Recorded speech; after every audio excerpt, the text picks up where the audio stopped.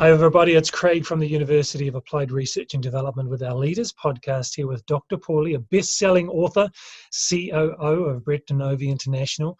Dr. Paulie, great to have you with us. Oh, I'm excited to be here, Craig. I love talking about leadership and all things helping people help other people become better. So I'm very excited to be here. You do training and virtual training and development with a range of different people. I'd love for you to share with everybody what you're doing now with your various roles and your priorities. Yeah. So I've been very fortunate. Back in 2002, I stumbled across this thing called applied behavior analysis, which is the science of human behavior. And it's primarily used for working with people with disabilities. And thank goodness it's there because it's very helpful for them. But the thing is, the science can be used anywhere because it has to do with behavior. And, leadership's all about behavior. The measure of a leader can be found in the behavior of the followers. And so, you have to recognize your own behavior, the impact of your behavior on others, and the impact of others' behaviors on yourself. So I've been able to personally apply it, obviously as a parent, but also as a professional mixed martial arts coach. And it's been very successful. I've had the heavyweight champion of the world and multiple champions along the way. Also, I've been able to use it to help turn around failing schools. We have schools over here in high poverty, and they have a lot of challenges. So, been able to apply those principles there. And I've also created a couple of leadership. We have a certification, like leadership certification over here within different states, if for aspiring school principals or school leaders. And I have a couple of courses online that help them to pass their certification course. So, and everything I do, I always have on a behavioral lens, and I really enjoy using the science not only to help people, but teaching people to use science for themselves to again help themselves and help others. That's fascinating. Just before we started recording, you were discussing schooling and education and some of the challenges there. And why don't you share some of your thoughts about where education's at right now and how we need to change? Yeah, thanks. If anybody is a YouTuber, I actually did a video on this. It's a little bit lengthy. It's hard to keep people's attention these days. I don't know if I would sit for the whole thing. It's about 15-20 minute video. It's called The Shame of American Education, the largest research you've probably never heard of. And back from 1968 to 1978, they in the United States, they conducted the largest research uh, ever had, and it was finding out what the best instruction was for students. They I forget how many. It's been a second since I've done the video, but they took a look at 20 different, I think, instructional practices, and there was one that stood above, not even close, not even the ballpark, head and shoulders above the others, and it's called direct instruction. And direct instruction is rooted in the science of human behavior. So it becomes like the behaviorist versus constructivist kind of argument. And it's just incredible. And it kind of got buried along the way. I think people are just used to doing it one way, and it's a shame because we have a lot of students over here that struggle. And so, part of it is the way that our teachers are teaching. I believe there's a better way to teach. But another big piece of it is the way that our educators, our teachers, and school leaders are being taught. And so, I'll make this analogy, and I'm not sure how it is in New Zealand, but over here, we have a lot of teachers are coming into the field and they're out of field. So they're like, it's a second career for them. And they come into the schools and all they have to do is pass a certification test, and they are put in the school. And that's not a measure of your ability to teach. Teaching is quite complex. And so they're thrown in there and they're literally learning on the job at the expense of themselves, at the expense of the students, which most importantly, at the expense of taxpayers.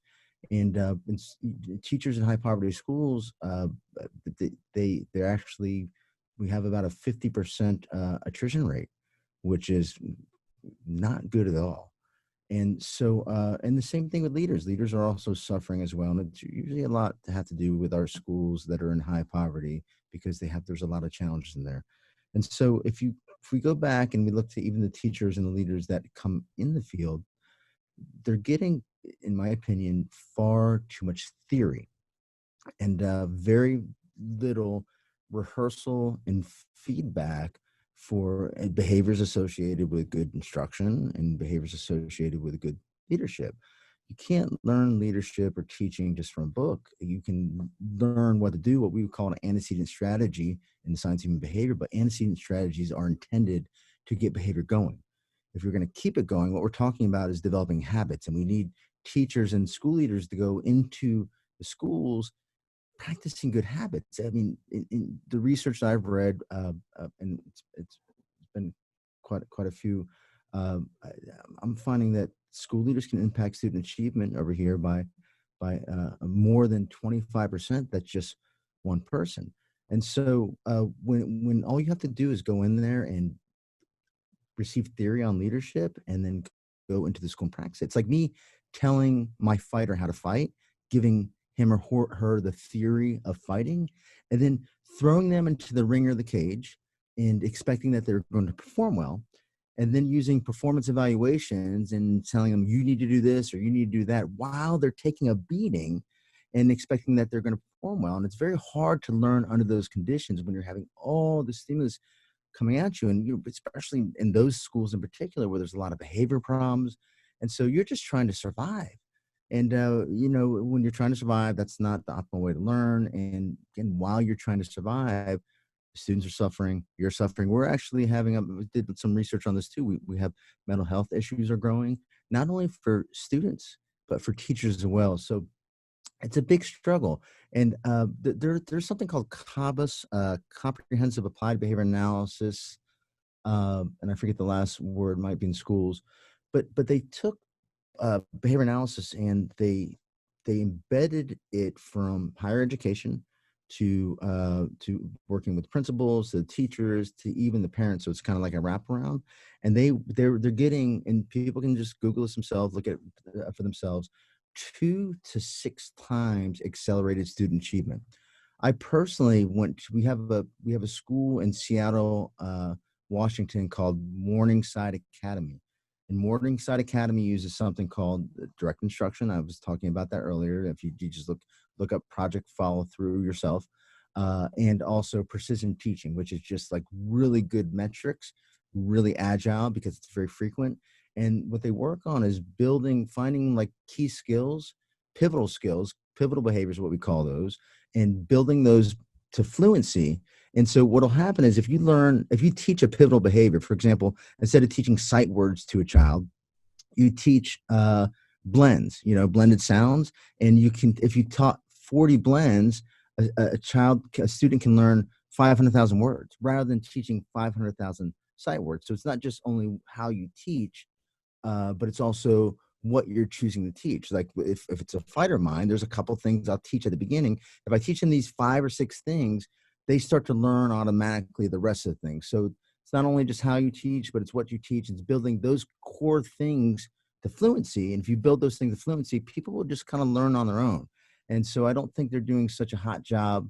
And it's not just my opinion too. There's research that's been calling for better teacher preparation programs and better, school leadership programs, because a lot of the leaders that I personally observed, and I would say more than half were using coercive measures to get their teachers to behave, to perform better. And the problem with coercion is that you win the battle, but you lose the war. People begin operating out of fear. It squashes innovation. And you're never going to get people to go above and beyond on what we call discretionary effort, right? When you're not looking. All they're going to do is do just enough to get by, just enough to avoid getting into trouble. And they're going to get very it's kind of like that reptilian brain kicks in and they can't innovate. They don't see everything else because I'm going to do this because if I don't do this, the principal is going to yell at me. The assistant principal is going to yell at me. I'm going to get in trouble. And so it's terrible. It's fear-based. And it just drives me nuts. But it's good people doing bad things, and they do it. And the science of human behavior explains to us why they do it, because they see it working for them. Because when they tried to do it another way, and because they didn't quite leverage it well, they're like, well, that's not working. But if I pull out the whip and if I put it on them, I'm going to get what I want. And they're not realizing, again, the ripple effect that's having not only with that teacher, but also maybe across the school and how people are perceiving them and how it impacts, like, teacher retention, how they move on. And schools now, have a mass exodus, and there's no organizational memory, and it starts from scratch again the next day. In my book Deliberate Coaching, I call it the blame game. It's just it's a terrible cycle. So I said a whole bunch of stuff there, man. I don't know if you have some questions for anything I've said so far. Yeah, I had a couple of thoughts. Direct instruction. I did a research paper for a think tank, and it was around explicit instruction, which is the same concept, just different words, and how powerful explicit instruction is, because education has gone through these phases of letting kids play or experiential learning, which is a much longer path to get to actually learning something. I really like that you said it's not just how you teach, but it's actually what you teach that enables the students to build their own learning and achieve at a faster rate. Because whatever we can do to save time for kids to move on to more important learning is so critical. So I just wanted to comment on that I agree, and it was great to hear you talk about that. Yeah, You and I mentioned think at they the can very work beginning. Oh, sorry about that, Craig. Yeah. You mentioned at the beginning about you can tell leadership by the behavior of the followers. So what I wanted to ask was, what are some of the behaviors of followers that you would expect to see when there are good and strong leaders? Oh, yeah. So I would expect them. So here's a couple of measures. So as a leader, you can kind of self-monitor. Are people admitting mistakes? Are they coming to you for feedback, like recruiting feedback from you? Are they asking questions? Are they are they recognizing other people? That's a measure. Like, like, hey, this guy's doing great, or this gal's doing a great job here. Those are all, like, because it kind of becomes a culture. Are they making suggestions? Or when they're in your presence, do they get quiet? Do they, what, are they smiling? Are they not smiling? These are all simple, things that can be like leading indicators of how people are feeling. And, one of the issues, I'm big on social validity, and that would be like, say, climate surveys. And in the schools I went in, it's crazy, Craig. They're giving out these climate surveys at the end of the year, and that's akin to an autopsy. It's too late. What are you going to do with that, right? And so the problem is that district in our, I don't know what it's called over there, but we have a district. And so a superintendent, and they're like the head of the whole district school board. And then there's principals under them. But there's probably directors on the superintendent, and then principals, assistant principals, teachers. So those climate surveys, those metrics should be used as a coaching tool. Here's what you're doing well. Here's some areas for us to focus on. And if everybody used positive reinforcement and help people, if we had good metrics in place and we use those not to torture people, to help them become better, so they're not afraid of metrics, because people are afraid to be looked at. Why? Because there's a history Yes, of people using that data to show them that they're not doing the right thing.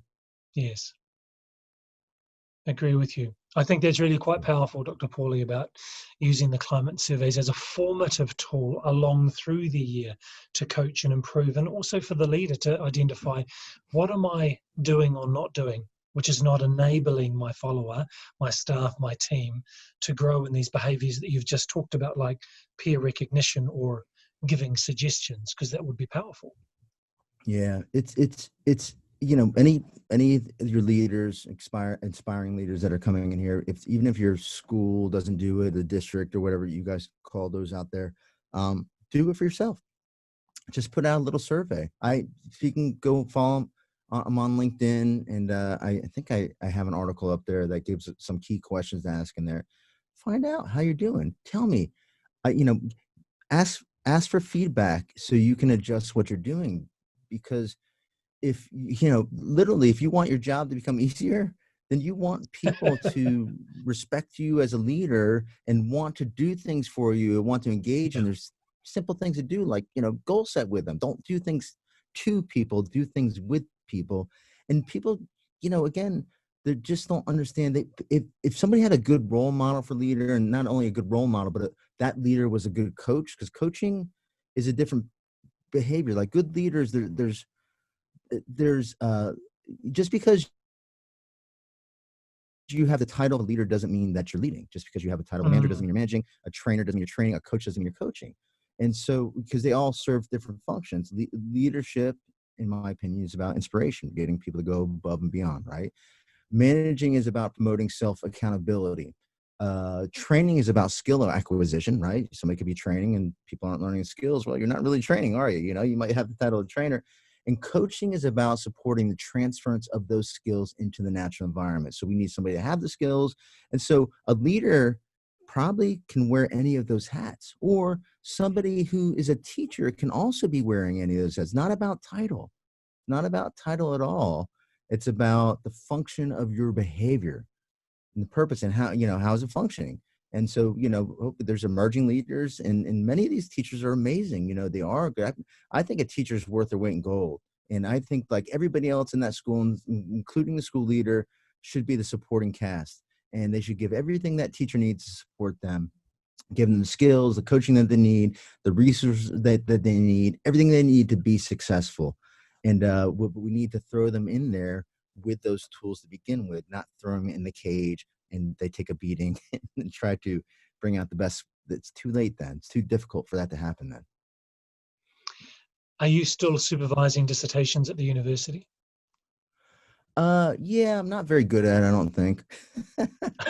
Like, methodology is not my thing. Like, obviously I love leadership and those pieces of it, but like the methodology, I've done a little bit of research. I mean, I've written a lot. I've probably written over 1 million words in just that it's published, not to mention what I've done, between the 4 books that I've written. But yeah, I help out where I can, in those pieces, but the methodology, like the actual research, it's not my thing. I'm not an academic at all. And I respect those guys. They inform, they inform the rest of us in my field. I consider myself more like a disseminator, like a behavioral ambassador. I speak in a way that's palatable to people so they can understand something that's complex. I break it down to being Mm, kind of simple. Yeah. mm. For someone who's an aspiring leader, which of your books would you say is the best one to pick up to build some new experiences and learnings into their growth? Wow. So uh, this is going to sound very self-serving, and anybody that's listening, I make like 5 cents on a book. Like, there's no money in making a book. Each book has its own special thing.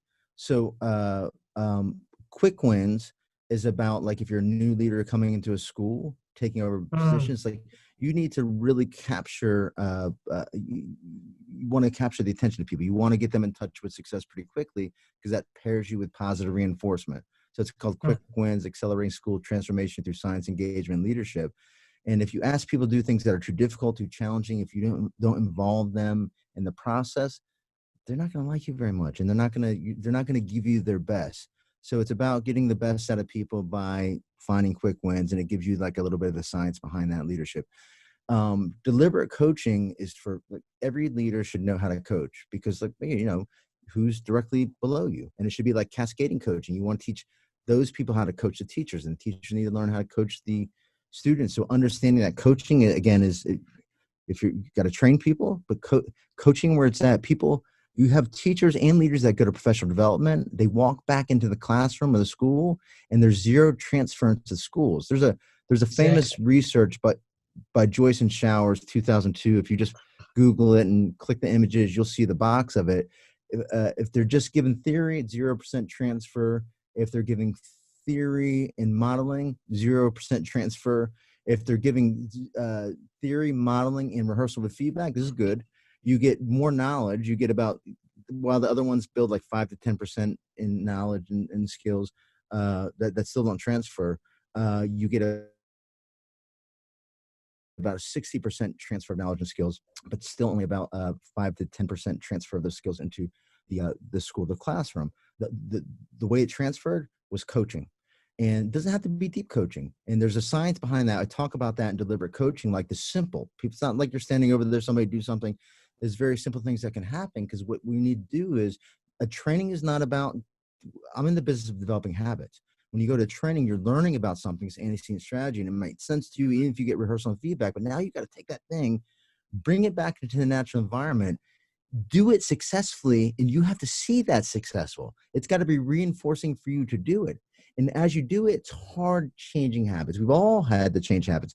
That change is difficult. So you have to engage it long enough and successfully enough so you're getting in touch with enough reinforcement. So like, you know what, this is the way I do business. So that's what deliberate coaching is about. And my and by the way, that was a bestseller. And we just published something called Behavioral Karma, the 5 scientific laws of life and leadership, and really just explaining to anybody who wants to make a difference in their life or the lives of others, this is the very simple science for doing it. So if you're a school leader, if you're a household leader, or if you're just leading your own life, it's for you, you know, or and managing your own life. So we talk about the difference between leading, managing, and like how to use some very simple principles, scientific principles to, you know, to bring out the best in yourself and others. It's fascinating. What I'll make sure is in the description in the show notes, we have links to your books and to your podcast as well, and your LinkedIn, to make sure people can get hold of you. Just in the last couple of minutes we have left, if someone is an aspiring leader and they're looking to build in some skills or experiences to really set them on the right path to make the biggest impact, what would you suggest that they do? Well, there's a couple of them beyond reading, you know, whether it's my books or like some stuff in the science of human behavior, because a lot of the leadership books tell good stories and they're good anecdotal stories, but it's important to understand the function of behavior, like why it occurs. If you don't understand what's at the root of behavior, it's hard to make the right problem solve and make the right decisions. For example, the performance diagnostics. If somebody's not performing well, before you intervene, you need to know why. And there's 2 general reasons why. It's either it can't do or won't do. And both require a different approach. If they can't do it, well, putting the whip on them is not going to work, or setting up, you know, powerful reinforcers is not going to work. If it's a won't do, part of it, you have to look at why they won't do it. And that also requires maybe self-reflection, you know, because sometimes it's like they're not being observed enough. They're not getting enough feedback, or a lot of the feedback is, you know, negative as opposed to positive, or we're asking them to do too many things at once and they haven't created those habits yet. So I think, you know, understanding a little bit about the science of human behavior would be very helpful. Finding exemplars, but it's not enough just to find an exemplar. You have to be able to discriminate what they're doing, because you and I can look at the same thing and we're picking up the wrong behavior. We think that, like, correlation, not causation. We think they're being successful because of this behavior, but we're not seeing all the other things that they're doing to help them to be successful. So if they can not only have an exemplar, but find somebody that can really be a coach for them, somebody that they can recruit feedback from, you know, that would be extremely, extremely helpful. So, you know, just like, you know, having that person that can mentor them is a huge, but they're difficult to find. It's hard to find good leaders. You know, the exceptional leaders, just by definition, they're an exception. That's really powerful.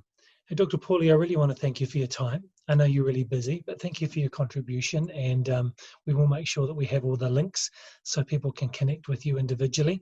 And we'll definitely have the link to your book. And I personally, I'm going to get a hold of Behavioral Karma. It's going to be my win for today, is getting a hold of that.